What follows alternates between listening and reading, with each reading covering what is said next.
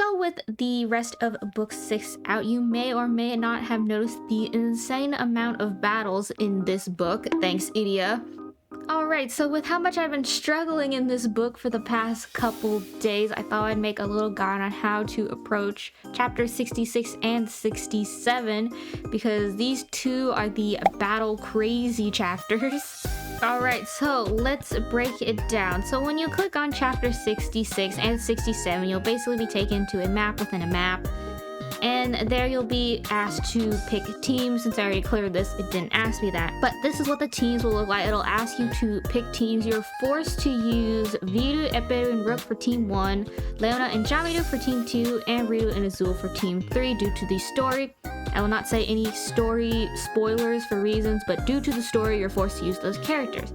And then for the remaining slots, you can pick whatever characters you want to fit in it. The game will also tell you what elements the enemies will favor for those teams. For instance, Team 1 will mostly have Flora enemies, so you want to stack up on using Fire Magic. In Team 2's case, it's mostly Water Magic enemies, so you're going to want to focus on Flora Magic. And finally, Team 3 is mostly Fire enemies, so you want Water Magic. Do be cautious when you're picking your characters. You are restricted to using cards for whatever character you pick. For instance, in Team 1's case, I added Malleus to the team, so whatever Malleus cards I have to use on that team.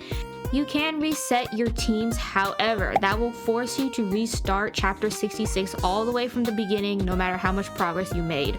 So choose wisely. Chapter 67 will also have the same team formation and enemy favorability. For instance, Team 1 will still mostly counter Flora enemies, Team 2 Water enemies, and Team 3 will mostly have Fire enemies. In chapter 67, I optimized for my teams for cards that I have raised more. So chapter 66 enemies are not that bad. They're not too hard, and you can carry a lot of like weaker level cards if you have some decently raised SSRs or SRs. In this case, at the time of when I was doing the story, I ended up picking some characters whose cards I haven't really raised, like Rocky and Deuces. But luckily, I was able to carry it enough with some other cards that I had previously raised. However, that all changes when you go to chapter 67, because the enemies are much harder, and also your cards need to be more raised. Another thing to note about chapter 66 and 67 with these battle teams is that you cannot choose support cards. You cannot borrow a friend's card and, blast through the battle and it's like, oh, it's all good, we're okay. No, you have to use your own cards that you have raised, and if you haven't raised any cards, then you're gonna struggle like I did. So my recommendation for team comp priority and cards is that obviously you prioritize any SSRs you have over SRs and then rares. Another thing I recommend is to have duo magic. That means you need to have at least level 5 magic on your SSR card. If you can create a team comp that is strong against the enemy and set it up with duo magic, your life will be so much easier. If you do not have duo magic, then you're probably gonna have more of a struggle to complete a lot of these battles.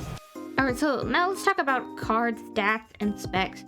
What I generally recommend is that if you have a lot of well-built SSR cards, you don't really need to raise any lower level filler cards. For instance, I have a well-built Azul and Riru on team 3, as well as the Phantom Bride Ace, which basically carried my level 6 Deuce around.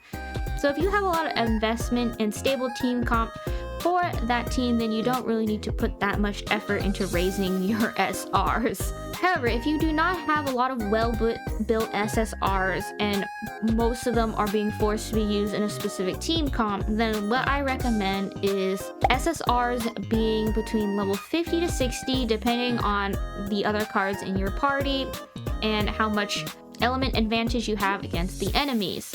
Like I said before, SSRs should have at least level 5 magic, and preferably if you can manage to do it within a team comp with duo magic. If you do not have duo magic, it is okay. For the most part, the only team that I had duo magic in was the Rito and Azul team. The other teams didn't really have duo magic, but it was a lot of trial and error trying to win those battles. Alright, next we have SR cards, and these are going to be your second choice options. For SR cards, I recommend by chapter 67. If it's still in chapter 66, it's okay if your card level's a little lower. But by 67, I would recommend at least level 60. With Borderline, you could be on level 55 or 50, but at least 60. And those cards should be groovied. I think that if you have a decently raised SR card with magic leveled up, you could get away with not having groovy. But I highly recommend to have groovy because the enemies can hit really hard, and they also have buffs that increase their damage immunity, so they'll reduce the amount of damage you do to them anyway. So leveled cards won't do that much damage against them. However, if you are low on resources such as magic books, then I don't recommend leveling up the SR cards magic. Instead, I would go for just the groovy. That's what I did. For instance, I carried around a Malleus who was level 40 groovied, but his magic was only level 1. Even my Jamiru on Leona's team was not even groovy. He was only level 34 with level 1 magic, but I had 3 SSRs carrying the crap out of him. One easy trick to do with SR cards is to use the event cards that they gave during the event, such as Bean Camo, the Bride event, the Fireworks event with Jamiru, it gave a free Kato. All of those cards are great cards to use if you're needing to slot in or missing an SR for your team, because those cards you could have leveled up during the event, and you don't need magic books to level up their magic. You just used the event item rather than spending all of your magic books and groovy candies into one of the standard SRs on the banner. It can save you some resources. And finally, rare cards. I did not use any rare cards throughout these 2 chapters. I don't really recommend using rare cards. But if you have a beefy rare card that you have raised and you're confident that you can make it through this, then by all means, go ahead and use it. But personally, I don't recommend using rare cards. So after you finalize your teams, you're going to start with one of the 3 teams. You can start with any team you like, but eventually you're going to come across a part where you find a map within another map. It's going to take you to a map where you have to do battles in order to progress the story. While you could get lucky and find the right one on the first try, such as the battle that will progress the story immediately and not have to do the other 2, you might be stuck here for a while and having to sit through all 3 battles.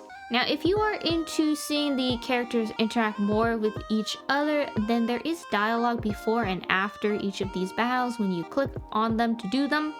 Now, if you are just trying to get through the story, you just want to view the story, you're kind of tired of battles, then I will tell you which ones it is. The first one, this is chapter 66-7.